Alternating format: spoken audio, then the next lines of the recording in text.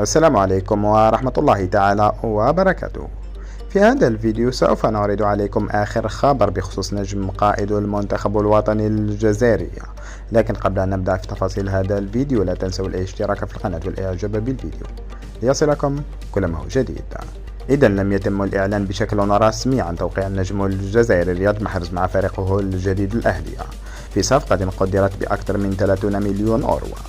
وبعد اجتياز النجم الجزائري رياض محرز للفحوصات الطبية اللازمة مع الأهلي السعودي قبل أكثر من 5 أيام، ها هو يتم الإعلان عن أن رياض محرز وصل اليوم إلى النمسا من أجل الدخول مع فريقه الجديد الأهلي في التربص التحضيري قبل انطلاق الموسم الجديد. ويذكر أنه السبب الرئيسي لعدم إعلان عن صفقة رياض محرز هو التحضير لفيديو واستقبال رائع لتقديم رياض محرز.